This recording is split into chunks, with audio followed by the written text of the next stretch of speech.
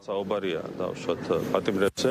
იქ ძალიან მკაფიო პასუხი გვაქვს იმასთან დაკავშირებით, რომ თითოეულმა პატიმარმა ჩაიდინა კონკრეტული დანაშაული. ხო, ამაზე დაგვიწყო საუბარი.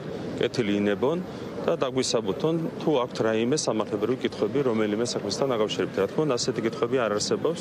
შესაბამისად არის სარიელი პოლიტიკური ულტიმატუმები, რაც ძალიან სამწუხაროა. რაც შეეხება კანონებს, ჩვენი ქვეყნისთვის ძალიან მნიშვნელოვანია, ბუნებრივია ის კანონი, რომელიც უკავშირდება ოჯახურ ღირებულებებს, არასრულწლოვანთა ინტერესების დაცვას, რომელიც უკავშირდება გამჭვირვალობას. მე შეგახსენებთ, რომ ეს კანონი გამჭვირვალობის შესახებ არის კანონი რევოლუციების გამჭვირვალობის შესახებ. თუ იმეს უნდა საქართველოში დააფინანსოს რევოლუციური პროცესები, კი ბატონო, ხონდა ეს გააკეთონ გამჭვირვალედ. ევროკავშირის ფონდების დაფინანსება იყო პირდაპირ ჩართული საქართველოში ექსტრემიზმის სახალისებაში, რევოლუციური პროცესების სახალისებაში.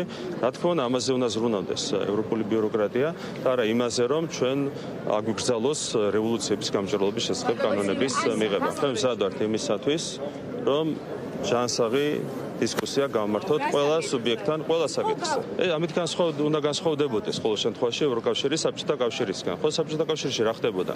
მოდიოდა მოსკოვიდან დირექტივები, თუ არ შეასრულებდი დაგშიტრენ. ასე დადგება საკითხი, რომ ამ მშვიდობა და სტაბილურობა ან ვიზა ლიბერალიზაცია, რა თქმა უნდა, ჩვენ უპირატესობას მივანიჭებთ მშვიდობას და სტაბილურობას, ეს ქართული ხალხის არჩევანია.